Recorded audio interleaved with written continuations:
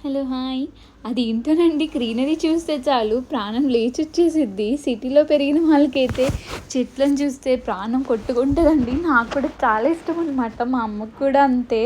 అదేంటోనండి, పుష్కరాలు అనగానే నాకైతే చాలా నచ్చుతుంది. ఎందుకో చెప్తాను. బేసిక్గా పుష్కరాలు అంటే 12 ఇయర్స్కి ఒకసారి వచ్చే ఈవెంట్ అనమాట.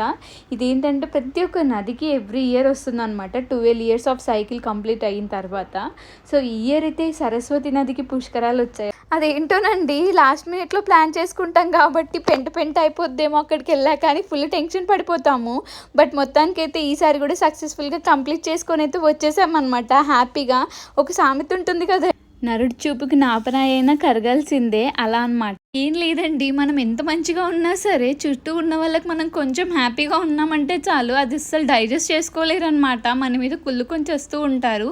సో అలాంటి నెగిటివ్ ఎనర్జీస్ నుండి బయటికి రావడానికి అయితే ఖచ్చితంగా ఇలాంటి ప్లేసెస్కి మనం ఖచ్చితంగా రావాలన్నమాట. ఎందుకంటే ఇలాంటి ప్లేసెస్కి వచ్చినప్పుడు మనకి ఎంతో కొత్త కొత్త విషయాలన్నీ తెలుస్తూ ఉంటాయి.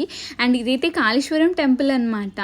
అండ్ ఇక్కడ 2 లింగాలు ఉన్నాయి. దాని గురించి నాకైతే అంత క్లియర్గా తెలియదు. బట్ ఇక్కడ ఫ్యాకల్టీ కూడా చాలా మంచి వాళ్ళ ఉన్నారనమాట, పోలీస్ వాళ్ళందరూ. చిన్నపిల్లలు ఉంటే మాత్రం ముందుకు తీసుకెళ్ళి మరి దేవుని చూపించారనమాట. అదైతే నాకు చాలా బాగా నచ్చింది.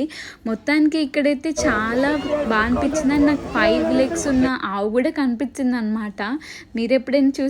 నేనైతే ఫస్ట్ టైం చూస్తున్నాను. అంతేకాదండి, ఇక్కడ చాలా రకాల అమ్మవార్లు కూడా ఉన్నారనమాట. ఇక్కడ నార్మల్ టైంలో కూడా ఫుల్ రష్ ఉంటుందంట. నేనైతే ఫిష్ని కూడా చూశాను, దాన్ని కూడా పూజిస్తున్నారనమాట. నేనైతే ఫస్ట్ టైం చూస్తున్నాను అనమాట గుడి లోపల. అండ్ మొత్తానికైతే ఇక్కడ చాలా ప్లెజెంట్గా అనిపించింది. రష్ అయితే చాలా ఉంది.